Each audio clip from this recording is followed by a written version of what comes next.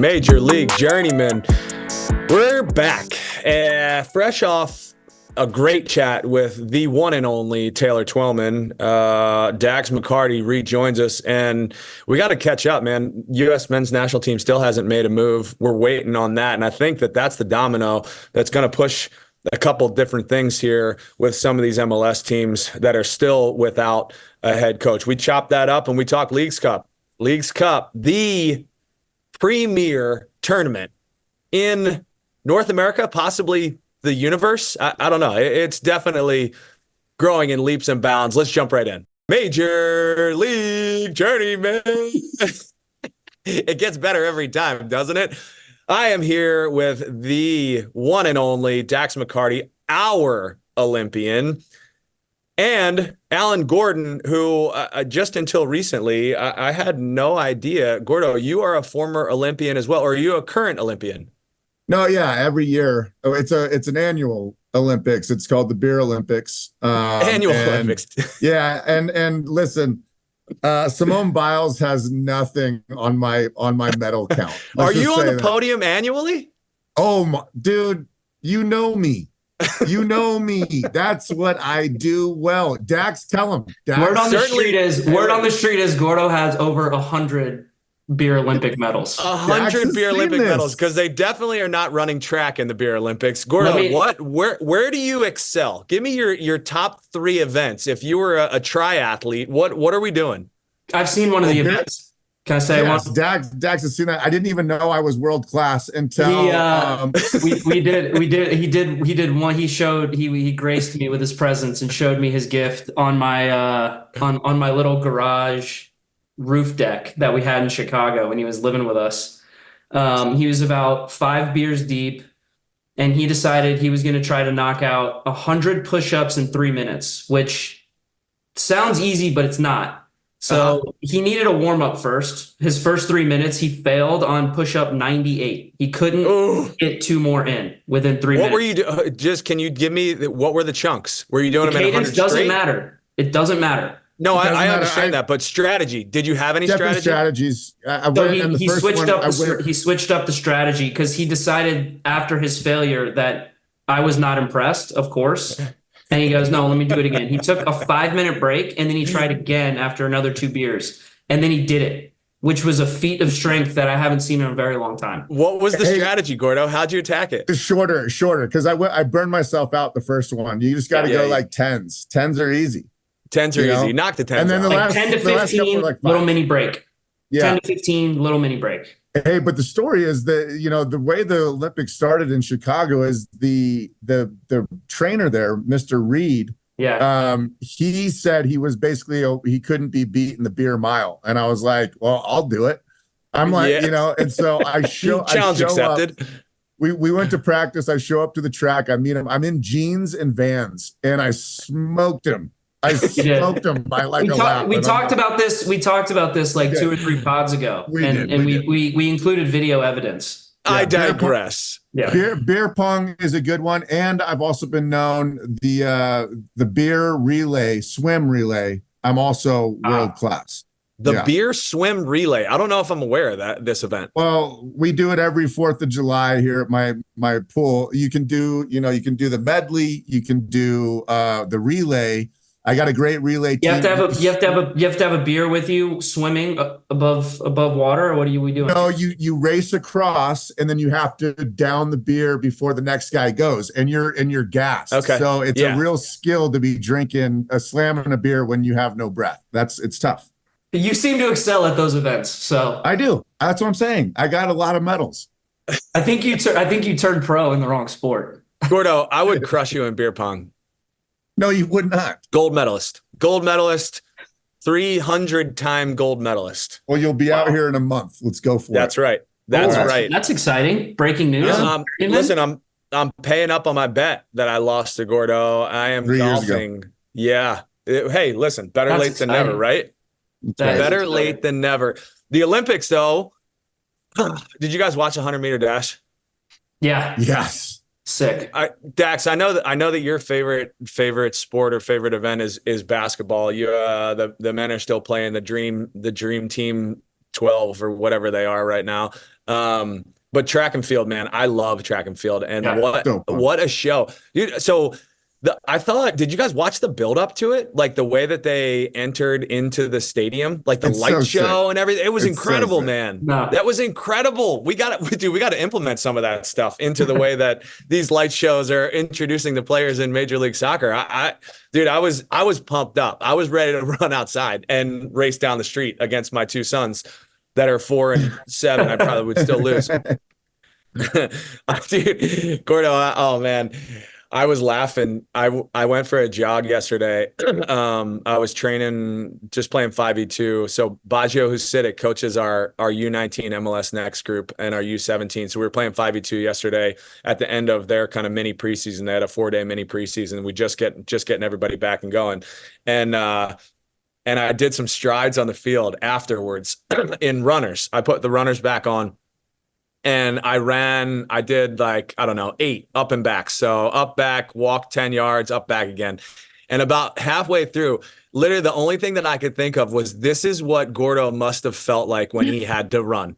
I was in so much pain, and I could feel myself just like struggling through it. And I was like, oh my God, I'm having an outer body experience watching myself run like Gordo. That's what I felt like.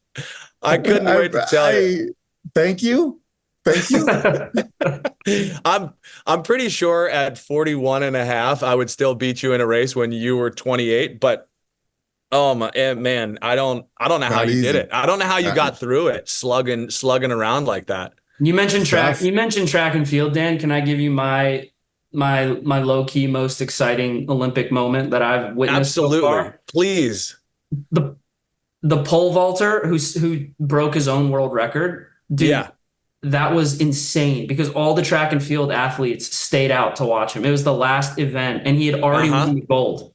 And he was like, let me just go in my last run and try to break my own world record. And he did it, and it was electric. And then he ran straight to the stands and celebrated with his girlfriend. Have you guys been to a track and field event?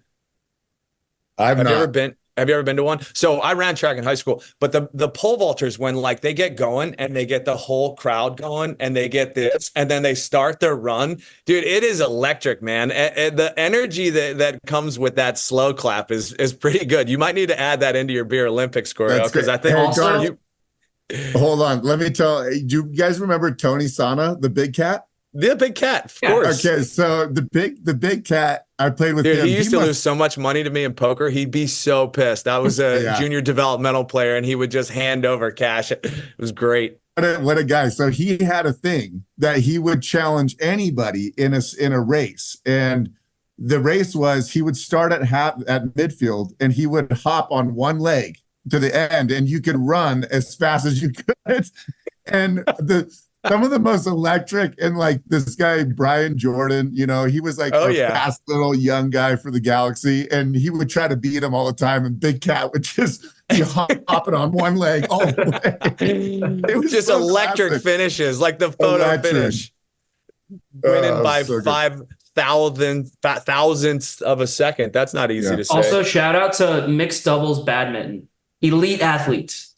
Like, super exciting. Did you see the Danish dude? He's like 6'6". You can't get anything past him. Badminton. No, he stands at the net. Fun sport to watch. It is like his wingspan covers the entire court. He's just killing dudes. Oh my God. So Dax, as the only former legitimate Olympian, how are we feeling with the U.S. men's performance? Are we comfortable with where they got to, with what you saw? What'd you ultimately think?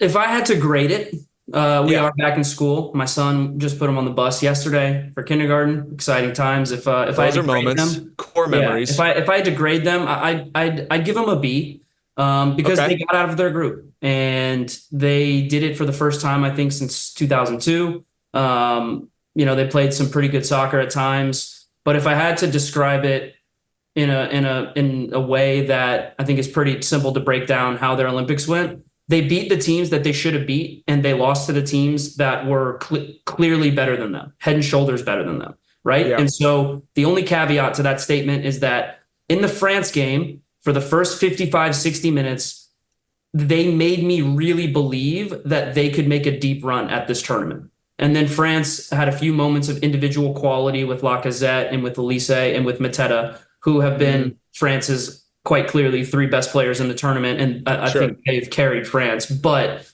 for the first 55, 60 minutes, I was very, very bullish on the fact that this U.S. team could do something special and potentially get a medal. And then the final two group games, right? Like the level of competition, but with New Zealand and Guinea was not good. I thought both of those teams were actually very poor. And so the U.S. dominated and they won like they should have. And then in Morocco, I missed the first half, because we had training, but I saw the second half and they were outclassed. That there's really, you can't really put it any other way. Morocco was better technically, they were better tactically, and they deserved to win the game by multiple goals. And so we beat the teams we should have. We lost the teams that we weren't as good at. To put a bow on it, it seems like we still have a long way to go in terms of, in terms of world soccer and catching up to these teams that are producing players at an elite clip. And let me also say, we were missing 5 or 6 age-eligible players who represent our full national team, who would have made a massive difference on this Olympic team. So I'm not sure if maybe you could say that for a few other teams in this tournament, but we still have a long way to go. But I'm proud of the group. The guys, they got out of the group stages and they gave themselves a chance to get to the medal rounds, and they unfortunately came up short. Gordo, what did you think about the finish? I didn't like the finish, to be honest. I mean, I probably would have agreed with Dax and said the same exact thing until I heard him just say it. And the one thing that comes to my mind is like, I'm so tired of hearing this, like, get out of the group thing. I am proud of them because we did miss several cycles of Olympic soccer. And I was excited that they got out of the group. However, just hearing Dax say it, like I said, I'm so tired of that being our standard. Yeah, I really am, right. And so, yes, dude, like, I'm not going to crush them. They got into the quarterfinals. I think it's expected, right? It's expected. Yeah. But I was a little disappointed in the Morocco game. I think they're a better team than us. Yes. But can we be tougher to play against, man? I was not happy with our defending in several minutes, and I missed the first half as well, same as Dax, and I'm sure it was 1-0 when I walked in, and I just saw so many breakdowns, and I just didn't see a unit that was, we talked about this with Taylor, dude. Like, when are we going to have a performance that, if they're better than us, that we just lock it down and we are the toughest team to get scored on, like, in the world? Like, we're giving everything, selling out, even ugly, and trying to get a counter or whatever, or get into PKs, or, like, I know it's not sexy. I know it's not what we want to do. I know it doesn't really say much about the development of U.S. soccer, but, like, when are we going to have a performance like that in a game that matters, like this quarterfinal, and just make it hell for the Morocco team that is, clearly better than us? Yeah. And so that's the only thing that I'm thinking. I think that's fair. Morocco, really good. I didn't see any of the game against the U.S. team, but I saw their opener against Argentina, and I was really impressed with the way they played. They were fun to watch. They ultimately lose to Spain, right? Who is also another incredible group. Here's my volley back to you, Gordo, because I think it's fair criticism, but is that any part of U.S. soccer's DNA anymore? Because I feel like I know where the answer lies, and I would say that if we're talking about a spectrum of that's the DNA over here and this is our current DNA, I feel like we're off the screen onto the other side, so far away from being difficult to play against.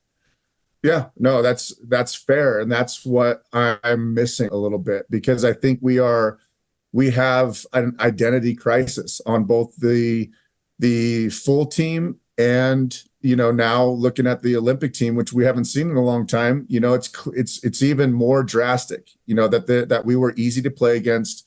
We were getting beat to the ball. We were getting out we were getting beat out physically, all that kind of stuff. And so, I think that we want to be a team that is toka with the top teams in the world. We've lost what we used to be. We used to be everything but that. We used to be competitors and nasty and couldn't play like sexy soccer like the world-class teams.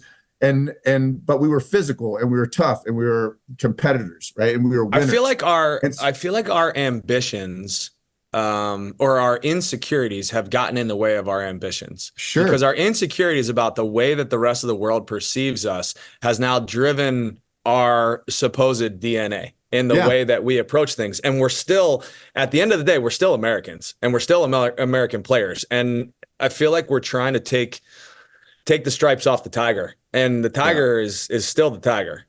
Right. I can't believe I'm going to say this, but Gordo put that really succinctly. And I think we have seen this in both tournaments this summer. We have an identity crisis. We don't know what we want to be. We don't know really who we are anymore. We want to try to be this really progressive attacking team that plays beautiful football all the time. And we've kind of lost a little bit of the essence of like what made our former team successful in the past.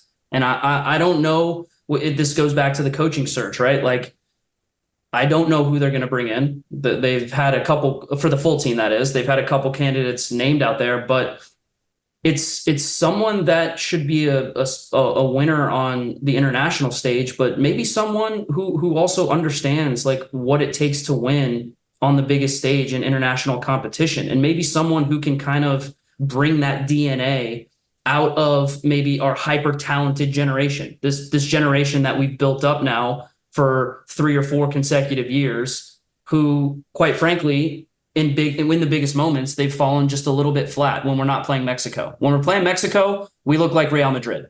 All right. But when we're not playing Mexico, I think we leave a lot to be desired. So I think that was really well put, Gordo. There is a little bit of an identity crisis in US men's soccer right now with what we want to be. And so hopefully the new coach that comes in will be able to help fix that. So Twellman, Dax, sorry, go ahead, Gordo. No, it almost makes you think like, Dax, do you think, okay, realistically, if you were able to have 2 months, okay, where you had all the U.S. players, a sheet of them, and you were able to watch them and above what you know already, do you think that you could take the full team as they are? You cannot pick from anybody that is on their roster right now. Do you think that you could pick 11 grinders or 10 field player grinders, athletes that just hustle and aren't the best and are physical? Do you think that you could pick a 10-man squad that could beat our team right now? No, I don't really. I don't think I'm arrogant enough to be able to. No, not just you. I mean, but do you think that there's a different mix of U.S. players that we don't draw from? If your general point is that, I think we've lost the essence of like maybe what it means to represent the national team and what it means to make the best team. The best team is not just a mixture of the most talented players. Okay. Right. And so that's where it's kind of gotten lost a little bit, right? Yeah. Is that if you go through both of those teams, you'd have to ask yourself, who are the guys carrying the water? Who are the grinders? Like, who are the guys that like you're going to look at, and the guys that are going to step up in really hard moments and be the physical presence, like you said, physicality. And these are things that like, yeah, they're not fun to watch. They're not that fun to talk about, but they're things that are necessary to succeed on the international level. So yes, could I find some players that I think would balance out the team a little bit better? Sure. Like, I think we are missing like a Pablo Mastroeni type player, a Kyle Beckerman type player, even like a Jermaine Jones, right? Who is that like was good enough to get into our most talented team, but he was also a guy who, when he had to roll his sleeves up, he could do that. So how many players can you say that about on the full men's national team, right? Like Tyler Adams, when he's healthy. I think Tyler Adams is that guy. He just can't stay on the field. That's the point. And so, and he can't.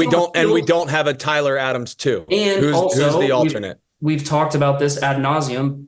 We don't have guys that are staying healthy enough, but also we don't have guys that are playing big enough minutes at their club teams, the quote unquote most talented players. And so look, we're not going deep into the weeds in this again, but look, it was honestly a pretty good Olympic showing that kind of petered out in the end. You would have hoped they would have given a better account of themselves against Morocco, because things fell apart in the second half, and it's disappointing to end an important tournament, in my opinion, on such a sour note.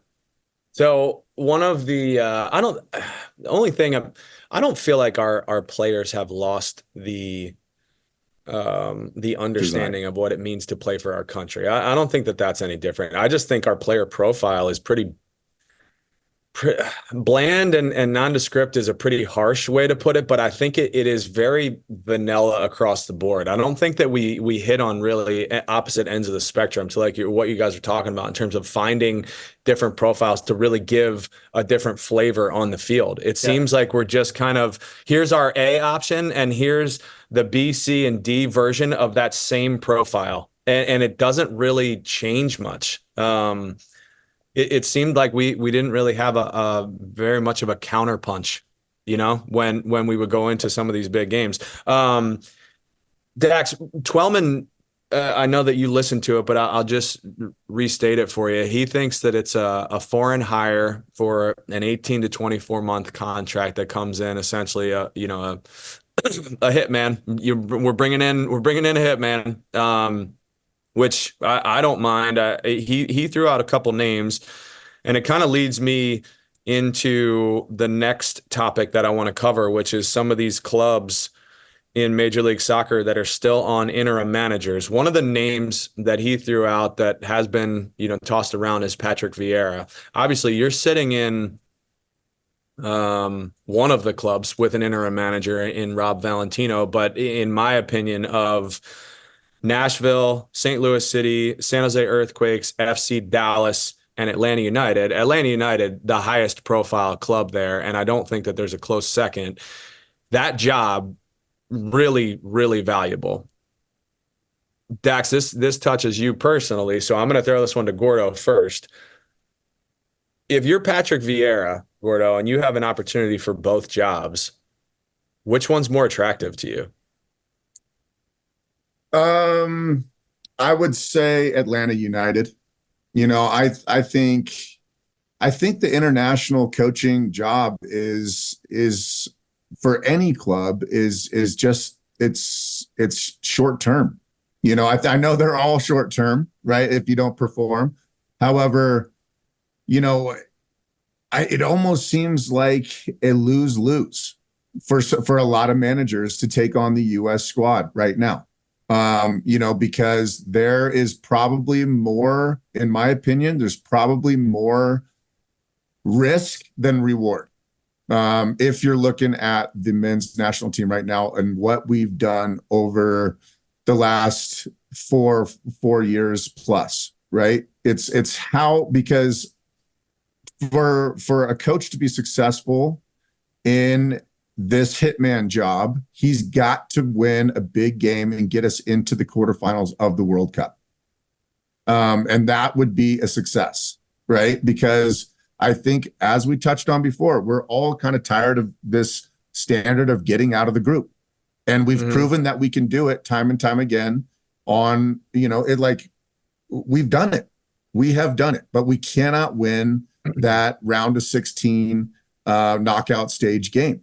And when we do, so if they do anything but that, it's like the field versus the quarterfinals. So I think that, a coach that has an ego or wants to continue coaching, I don't think he wants that blemish of a 2-year run with the U.S. in the U.S. and for it to be a failure. And then he's going to look for a job again, unless it's a super high profile guy that has a resume. But I'm not sure at this point. Patrick Vieira has just been fired from his last 3 clubs, pretty quickly. So but don't you have an easy out with the U.S. men's national team? You're in a shorter window. So you say, well, I haven't worked with these players. 2, you're coming in and the expectations are already set much lower than maybe they were 2 years ago. Maybe they were 12 months ago, because yeah, we're we want certain things, but we've also now witnessed a group where there's question marks, right? So you have that. You also have players that are talented. I mean, there's an incredible amount of talent in this country to kind of play with and mold with. And then one step further, you're playing on home soil, which I don't know what the stats are, but what 99% chance of getting out of the group stage for the home country. So, I mean, don't you have a lot of built-in relative success or expected success almost with an easy out to be able to put your hands up and be like, well, I mean, what am I supposed to do with this anyway? Like, we're in a tough spot here. Yeah, but if you can explain that, but then it's just an excuse, but it's Of course it is. Yeah. But so like, if you're somebody that you're asking me between the two, I think that Atlanta's a safer job. It's a high profile job. You're going into a club that will spend money. And if you want to be successful, then that's probably, if I have the two, I'm probably going to take the Atlanta United job if I'm a coach. If I'm Patrick Vieira. I'm going to slightly disagree. And the only reason I'm going to slightly disagree is because of context. And the context in this particular case is that you have a year and a half to go lead a country that you're very familiar with on home soil in a home World Cup. That's the only context I think that really matters in this case. We're talking, and elevate your personal profile. If you're talking, it doesn't matter who's coming in. Right. You're going if through we're talking, what is the most attractive job in MLS right now? There's no question it's Atlanta United.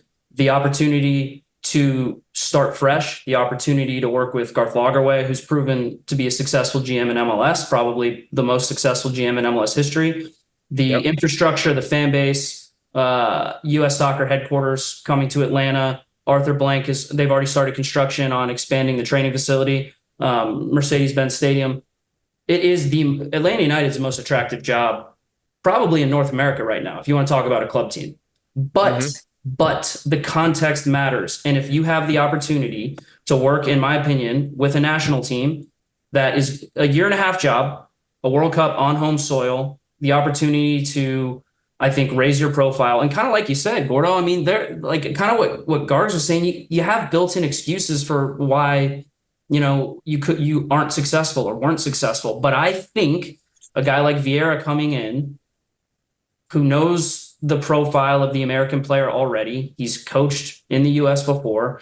And yes, I think he's failed at a few different clubs now, but I think he has had some success with NYCFC. And he's had some success in Europe. And I do think he is a very highly thought of manager for better or worse, right? We all know like, the Prem, it chews managers up and spits them out. Like Crystal Palace, I don't think he had much to work with there, right? And so I don't think you should use his time there too harshly against him. Strasbourg, who really knows what was going on behind the scenes there?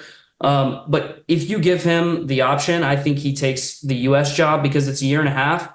And if you're successful with that job, you might have another 4-year contract waiting for you from U.S. Soccer. And take that one step further, Dax. Or you may have another contract offer waiting for you from a higher profile country. I think that's the big one. The big one is, okay, so what's next for Patrick Vieira? If Patrick Vieira goes to Atlanta United, that's not going to raise his profile in Europe at all. Right. It just won't. But if he goes to the U.S. men's national team and does literally anything, then he goes and gets a big job back in Europe again. Maybe. Yeah. Is Vieira our number one candidate? Look, we've seen it reported a few times about this guy, Pellegrino Matarazzo. He's coaching, I believe, Hoffenheim in the Bundesliga. I think it just came out today that he was staying. So I think they reached out to him. I wouldn't be surprised if they've reached out to my old buddy Thierry Henry. This is the thing about this U.S. men's coaching search that's a little bit of a head scratcher. I think all the highest profile coaches have probably said no thank you. So I think you're probably shopping in the next tier below.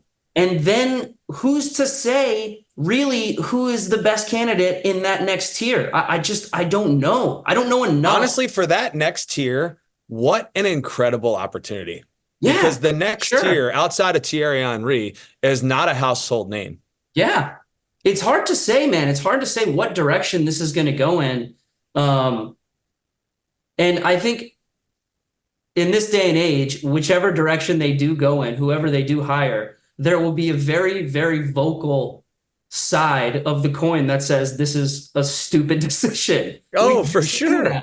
You cannot win. Like US soccer, 100%. if they couldn't get Jurgen Klopp, if they couldn't get Mourinho, if they couldn't get like Ancelotti, all these super high profile guys, then you go the next tier below. You're going to have question marks no matter what. You hire Thierry Henry, massive question marks. You hire Patrick Vieira, massive question marks. You hire Steve Cherundolo, then I think people may burn down the building at US Soccer. You hire Wilfred Nancy, you may have some people that are excited, and you may have some people who are like, well, look at what happened the last time we hired a Columbus Crew manager. Yeah, like you can't win until you get a guy in there and just give him the keys and say, you have a year and a half. Please give us something to be proud of. Save us. Please just give us something to be proud of. Please. So I don't know, man. It's really interesting because you would have thought by now, what are we, a month into this coaching search? Yep. I would have thought there would have been some whispers of a front runner, a guy who's really seriously considering this, and like the contract offer's there and he's got the pen in his hand ready to sign, right? There's just been nothing like that. There's been little links here and there. I don't know, man. It seems to me like this is a job that people are very skeptical to take. So That's my take. So you're saying we are living on a prayer. A massive prayer. Yeah, we're praying. We're lighting the candles around. I think US Bon Jovi was in my headquarters. dream the other night because I don't know, it just resonated with me in a weird way. I don't know why. All right, well, let's switch gears just a touch. Actually, let's not. Dax, what are you hearing? Anything else? Are you hearing anything else in Atlanta? What do you got to give us? What's going on there? No, we're not hearing much. We did sign a designated player, Alexei Miranchuk from Atalanta in Italy, Gordo. I thought for sure that was South American. No. Okay. Yeah, right. You thought you signed him from USL Silverbacks, the Atalanta Silverbacks. He's Atalanta Silverbacks. That's a good one, Garg. He's Russian. So you got some serious, geopolitical layers to that. But let's forget about that for a second. I've heard nothing but great things about this guy and his stats and like the data profile around this guy. He puts up scary numbers for top 5 league in Europe. Like goals and assists per 90 is like through the roof. So look, the player profile is exactly what we need. We need a little bit of a spark right now. Obviously, I spoke about it a little bit after our game against Santos. We played our 2 Leagues Cup games and we lost. We tied both and we lost both in penalty shootouts and we're out of Leagues Cup. And I was upset after the game and I had some pretty pointed comments, talking about how disappointing it is. And, now we have 3 weeks, a 3-week reset where we have 9 games left in the season and we just need to try to get it right. And someone asked me like, well, what do you need to fix? And I said, everything. We just need to fix everything because nothing has seemed to work this year. And it's been really frustrating. And you can't point your finger at any one thing, right? And there's not to absolve any individual player, myself included, of blame, because I think we can all agree that it needs to be a little better top to bottom. But I was really, it's really upsetting, man, because I see some people on some people ask me like about this tournament and some people on Twitter about like nobody cares about this tournament. The Mexican clubs don't take it serious. I disagree. Like I disagree. Totally. I disagree. Disagree. Like I think they take it very seriously, and I take this tournament seriously. I made the final last year with Nashville, and it was one of my favorite months of soccer that I've had in my entire career. Like really, and I don't say that's not hyperbole. Like I loved every minute of that run we went on, and I was desperate to win that trophy. And like I think it means a lot. Like I'm looking at all the lineups from all these different teams, and you've got a couple new players sprinkled into lineups here and there. But I'm looking at like these Mexican teams; they're playing first choice lineups. Like they care about this tournament, so. Yes, dude, they don't want to get embarrassed. And exactly. I think The only argument I will say that they have is that the pop that we got last year from Messi and and the fan turnout that you had in the knockout rounds. It's been pretty underwhelming and a little disappointing in terms of the fan support in the stadiums, right? Unless you have a Gigante, like unless you have a Club America or a Monterrey or a Cruz Azul that you're playing against, it's been pretty underwhelming, right? And so I think the fans are very upset about this tournament replacing the Open Cup. Fair enough. So they're putting their money where their mouths are, and the turnouts haven't been great, right? But for me, like I'm pissed. Like I'm very upset that we're not still in this tournament, because I think it's a great tournament, and I think it's a great time to get better. And 2 out of 3 teams get out of the group, and we hosted both games. Like that's what kills me, Like yeah, expect I think you're also witnessing a little bit of a different experience in Atlanta, because Atlanta is going through the things that they are going through, and this is also fair to have a little bit of a regression here in year 2. It's not year 1. It's not a brand new competition, and there's also so much shit going on in terms of the soccer and sports world right now. Like having this alongside the Olympics, alongside everything else that's going on with the exhibition tours and everything else, is just, there's so much happening. It's almost overwhelming. But it's still good football. And I think, to what you're saying about fans being disappointed that it took over the Open Cup, like these games are way better than watching an MLS team play a USL team. So I don't think that there's any question in my mind. You get an opportunity to see Club America play. So I went to St. Louis City Juarez on Sunday night at 8:00 It felt like it was 158 degrees in the stadium. My legs were sweating, and I was just sitting there. That's how hot it was. It was crazy, but the soccer was actually fun, and it was enjoyable. And to counter, what if anybody is saying that these teams don't care, that's nonsense. I mean, this was 2 teams nonsense that were fighting and want to win. So I would say that it's understandable. It's understandable, especially for the turnout. I saw some of the photos of the turnout in Atlanta, which obviously did not look good. Yep. But Atlanta United, I mean, let's be realistic here. They haven't gone through this yet. They haven't seen a dip in form or an interest or overall talent. No disrespect to what is in their lineup versus what's actually just been sold over the past 2 months. I mean, they haven't gone through this, and Atlanta's been eating caviar for a long time. So I think that there's a natural maybe pullback for that club right now, Garth's going to get it right. He's already come out and said, we got $56 million or $52.6 million to spend. They've already started. As soon as you get, your new DP on the field, maybe they announce. Listen, I do want to say one thing about one DP. I think a lot of people might think, it's not enough to save the season, blah, blah, blah. I want to go back to the Seattle Sounders when they signed Nico Ladero. They were struggling. He came in midseason, and he completely changed that team. Everything, I forgot what year it was, but everything that happened after his signing was like rocket fuel. And of course, they added a couple pieces here and there around him, right, in the next couple windows. But when he came into that team, he totally changed the trajectory of their season, and he made them competitive right away. And I think that's the nature of MLS. I think that's the nature of this league, that if you add a special player, right, and if you add a playmaker and a special guy who can bring out the best qualities in other players while also raising the boat of everyone, I think we have plenty to play for this season. And I've said that to you guys. I still believe we have plenty to play for this season.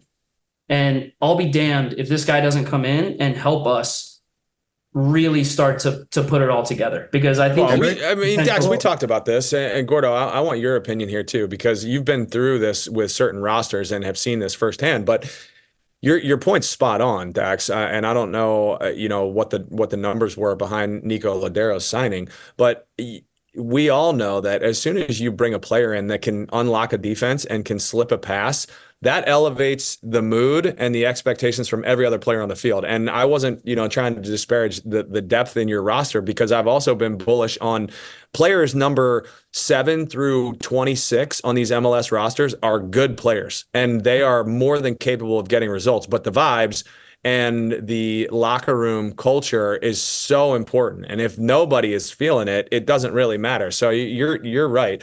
Gordo, is there anybody in your past that you can point to that when you've been in a locker room where you can specifically speak to that completely changed the complexion? I mean, I can almost just say that I know that when you went to San Jose, that was a big adjustment. I mean, for that group, and you're definitely not a talented number 10, but the change in complexion and character is really, in a lot of ways, all a group needs at times.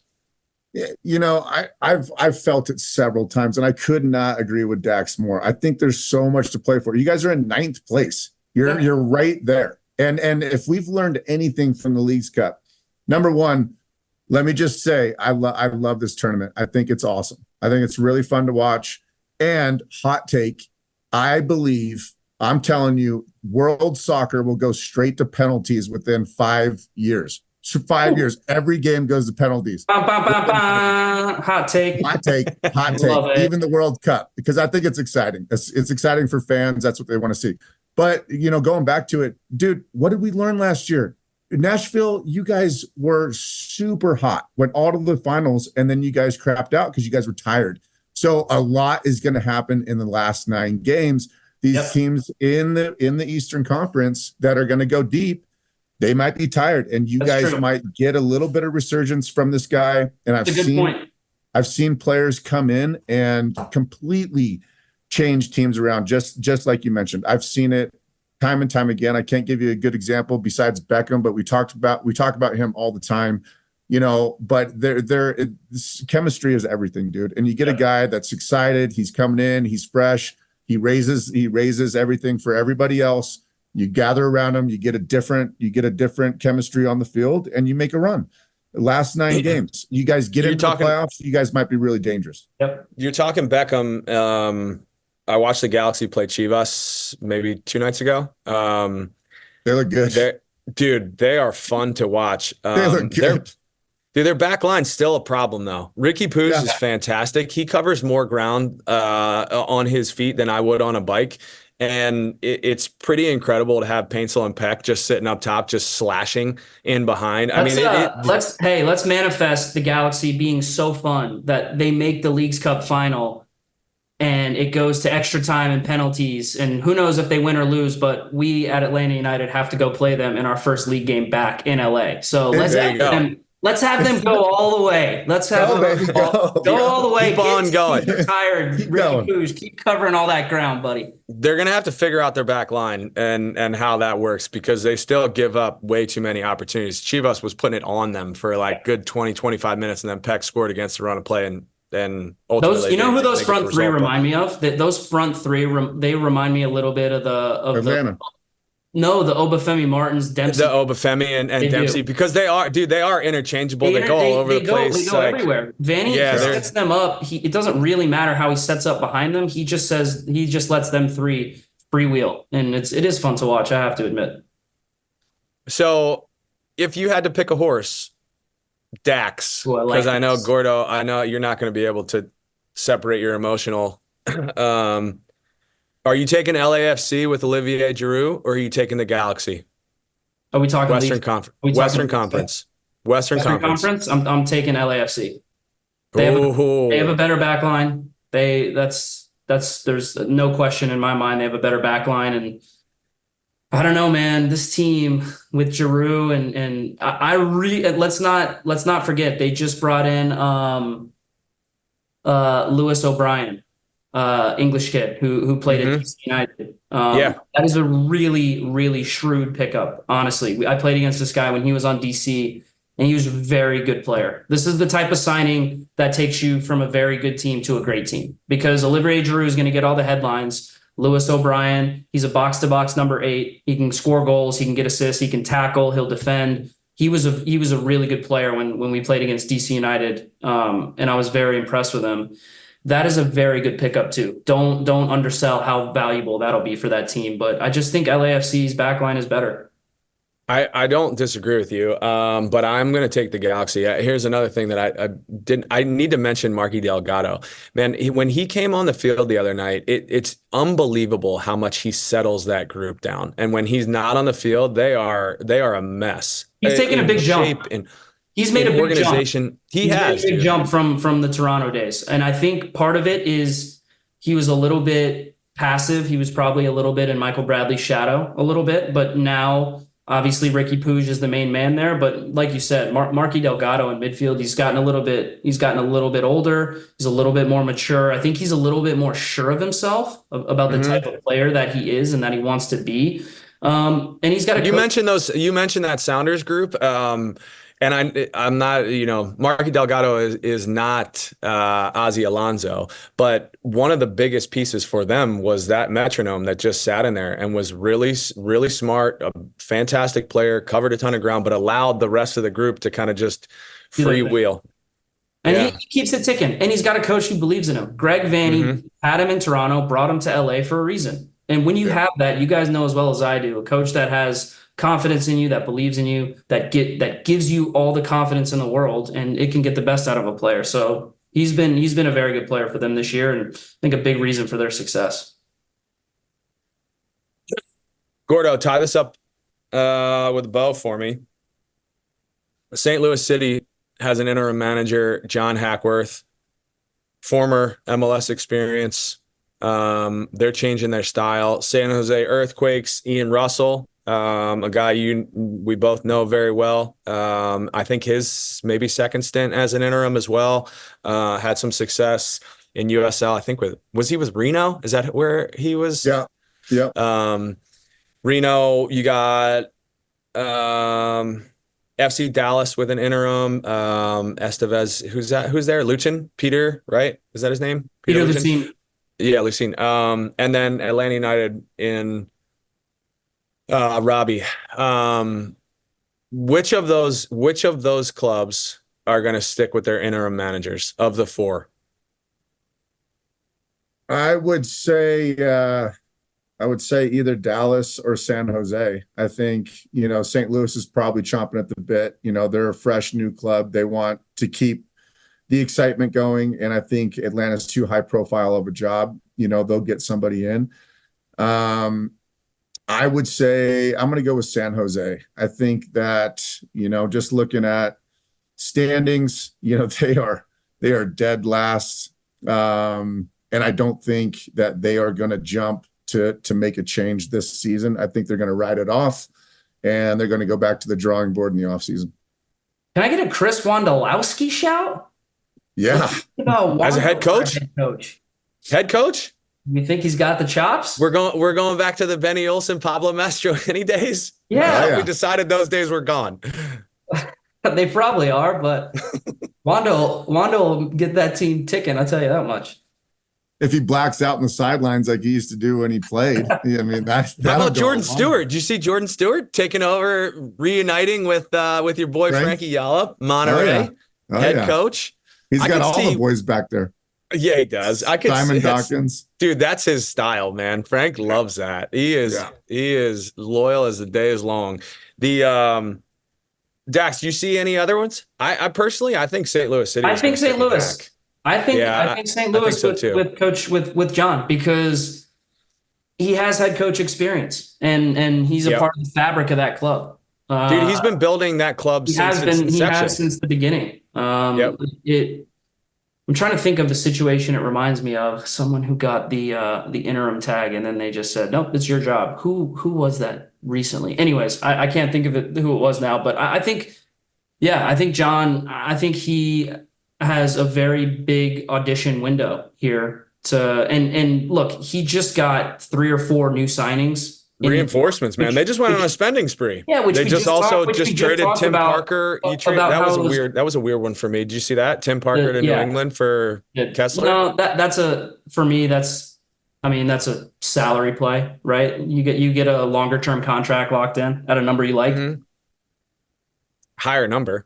Yeah, But think about Tim. But think about Tim Parker, friend of the pod, fellow Ginger, love him. Yep. Think about him. He's 31. He probably thinks he has one big contract left in him.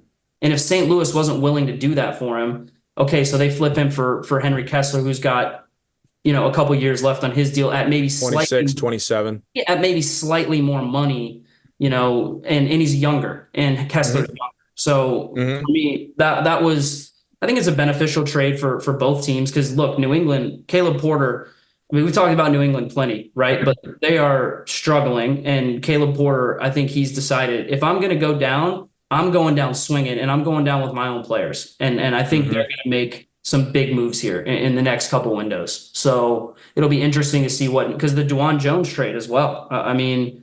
They just shed upwards of $2 million, $2.5 million in salary with the extra GAM that they got from those trades. They just signed a new DP, playmaker, winger, whatever he is, right? So I think they're in prime position to make some very interesting moves.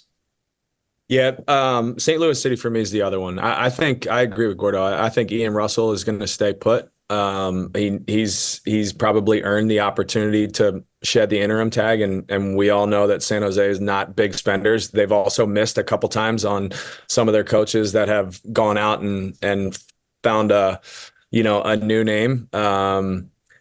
But St. Louis City, Hack's been there. He's been there since day one. He did really well with the Next Pro group. I think they finished in second. He brought that first group of DPs in and brought them in. He's been a part of the fabric in building their style, building their identity from the pressing days. And now it seems like they're switching off of that, which makes sense with the Parker trade. Parker's obviously I think a system type of player that fit into their system really well. But ultimately it seems like they're moving away from that Red Bull identity. Not that they don't press at all, but they're definitely not as aggressive and opportunistic as they have been in the past. And to your point, I mean, they just went on a spending spree. I mean, they just brought in a ton of DPs, which you would expect for them to make a jump up the standings and give Hack a little bit of success, but he's also proven that he works well with Lutz, and that's, we've talked about that relationship between head coach and GM is probably the most important in an organization. So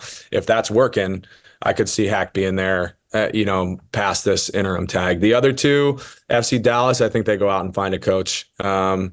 And then Atlanta United, I would love to see Robbie in the role, but I just don't see it happening. I don't see it happen. I think they're going to find a big, high-profile name because honestly, guys, I don't know what direction they're going to go in. I really don't. I think Rob's been great. I think he's done a great job trying to steady the ship. I just think it's tough. I think it's tough for Garth because you already went with a young coach. Yeah. That you just had to fire. And, and Rob is not the previous manager, but when you're looking at profiles and what kind of a group needs, I don't know that that's the direction that I would go in if I was a GM either. This has been a good one, gentlemen. I can't believe I heard as many agreements between the two of you. This may be an all-time record for our podcast. We might have to go have Statman Jack go back and count them up. I think we're definitely in double digits on agreements, which will probably the first and last time that ever happens. Probably because Gordo's so tired. I saw him yawn about 10 times during this episode. You getting your rest, Big Cat? What's going on? I've been training my boys early in the morning. It's hot out here, dude. I don't have the engine I used to have. I mean, I never had one. Oh, and that's scary. If you don't have that engine, what do we got now? Exactly. I'm a 1986 semi truck at this point with some engine trouble. And a pop tire. And a pop tire. Dax, Gordo, it's been real. Journeymen, we'll see you out there.